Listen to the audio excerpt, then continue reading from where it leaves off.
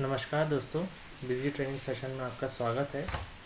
आज हम सीखने वाले हैं बिज़ी सॉफ्टवेयर को कैसे डाउनलोड करते हैं, उसका सेटअप कैसे रन करते हैं और उसमें कैसे डेटा पाथ को सेट किया जाएगा और कंपनी से रिलेटेड उसके कुछ फीचर्स हैं, कुछ ऑप्शन उसके सामने आएंगे आपको, तो वो हम उसको समझने वाले हैं। तो चलिए, बिज़ी का सेटअप कैसे डाउनलोड करेंगे वो हम देखेंगे। तो सबसे पहले आपको गूगल क्रोम को ओपन करना होगा। जैसे ही आप गूगल क्रोम को ओपन करेंगे तो आपको एक वेबसाइट पे जाना होगा। वेबसाइट का नाम है www.asiansoftware.in।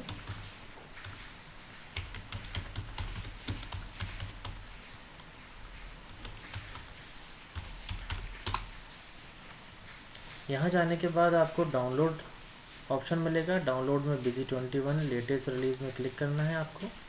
जैसे आप क्लिक करेंगे तो एक टैब ओपन हो जाएगा जिसमें कि बिजी 21 रिलीज़ 6.3.6 आपको मिलेगा।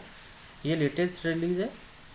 जो भी लेटेस्ट रिलीज़ आते हैं सबसे ऊपर आपको यहाँ पर मिलेंगे और उसको डाउनलोड करने के लिए आपको डाउनलोड के क्लिक टू डाउनलोड बटन में क्लिक करना होगा। जैसे ही आप इसको क्लिक करते हैं तो ये सेटअप डाउनलोड होने लगा है। यहाँ पर आपको शो हो रहा है।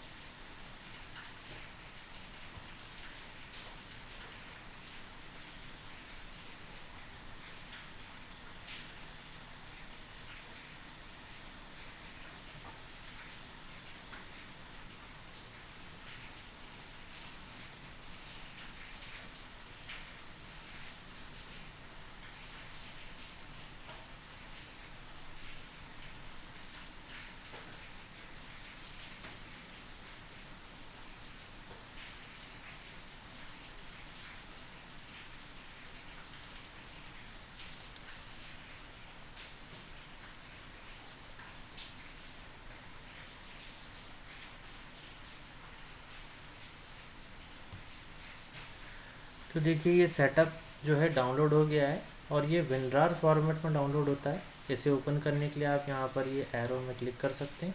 शो इन फोल्डर को क्लिक करेंगे। जैसे ही शो इन फोल्डर में क्लिक करेंगे तो आपको ये विनरार फॉर्मेट में जो सेटअप आपके सामने डाउनलोड हुआ है उसको आप राइट क्लिक करेंगे। इसे एक्सट्रैक्ट करना होता है। एक्सट्रैक्ट करने के लिए आपको विनरार सॉफ्टवेयर की भी ज़रूरत पड़ सकती है। यदि आपके सामने ये आइकॉन नहीं आ रहा है, ये 3 बुक जो बनी हुई है ये विनरार का आइकॉन होता है, तो ये यदि नहीं आ रहा है तो आपको विनरार को भी डाउनलोड करना होगा, उसका सॉफ्टवेयर को भी डाउनलोड करना होगा और उसका सेटअप रन करना होगा। इसे एक्सट्रैक्ट करते हैं। एक्सट्रैक्ट करने के बाद ये फोल्डर में कन्वर्ट हो जाएगा। फोल्डर में कन्वर्ट करने के बाद इसके अंदर एक सेटअप फाइल मिलेगी। सेटअप फाइल को डबल क्लिक करेंगे आप,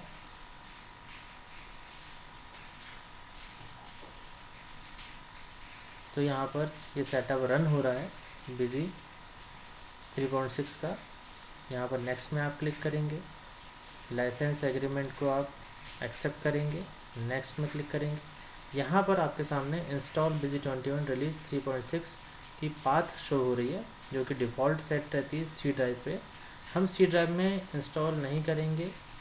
कारण उसका ये है कि आपका सिस्टम कभी भी फॉर्मेट हो सकता है।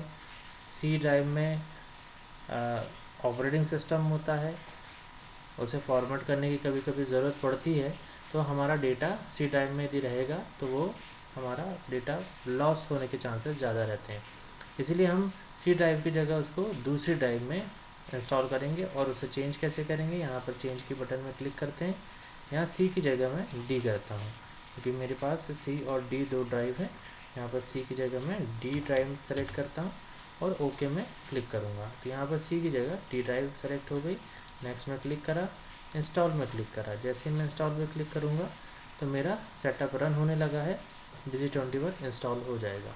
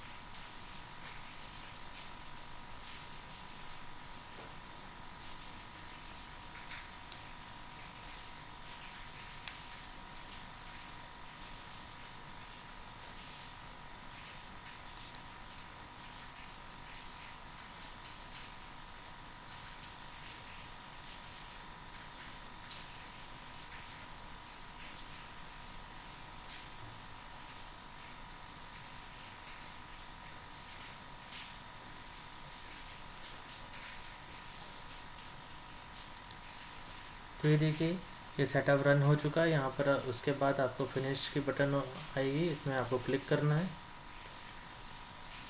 क्लिक करने के बाद इसको हम क्लोज़ करेंगे, इसको मिनिमाइज़ कर देते हैं। तो जैसे ही सेटअप रन हो जाता है तो busy21 का ये आइकॉन आपके सामने आ जाएगा। अब इसे हम ओपन करेंगे। सॉफ्टवेयर को ओपन करने के लिए EXE फाइल को आपको busy21 की EXE फाइल को डबल क्लिक करना होगा।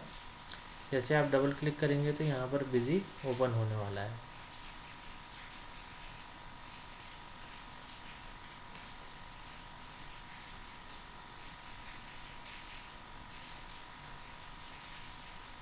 वर्जन का नाम 21, रिलीज 3.6। ये डेमो मोड पे ओपन होगा। जैसे मैं ओके करूँगा तो यहाँ पर सबसे पहले आपके सामने कंपनी का ऑप्शन आता है। कंपनी में open company, create company, backup data, restore data, split financial year. तो ओपन कंपनी का मतलब है कि यदि आपको जो ऑलरेडी आपने क्रिएट कर चुके हैं उसे कंपनी को ओपन करके काम करना है तो आप यहाँ पर ओपन कंपनी में जाएंगे। क्रिएट कंपनी मतलब कोई नई कंपनी आपको क्रिएट करना है तो यहाँ से आप क्रिएट के ऑप्शन में एंटर कर सकते हैं। बैकअप डेटा जो कंपनी आपके ऑलरेडी बन चुकी है, जिस पे काम चल रहा है या कंप्लीट हो चुका है, उसका बैकअप लेके रखना है आपको किसी और ड्राइव में या सी ड्राइव में, डी ड्राइव में, तो आप यहाँ से बैकअप ले सकते हैं। जो बैकअप ले चुके हैं उस डेटा का रिस्टोर करना है आपको तो आप रिस्टोर से जा सकते हैं। स्प्लिट फाइनेंशियल ईयर, कोई भी कंपनी कभी क्रिएट होती है तो 1 साल, 2 साल, 3 साल ऐसा कंटिन्यू उसका डेटा क्रिएट होते जाता है। यदि उस डेटा को या उस फाइनेंशियल ईयर को स्प्लिट करना है तो आप यहाँ से जाके इसको स्प्लिट कर सकते हैं।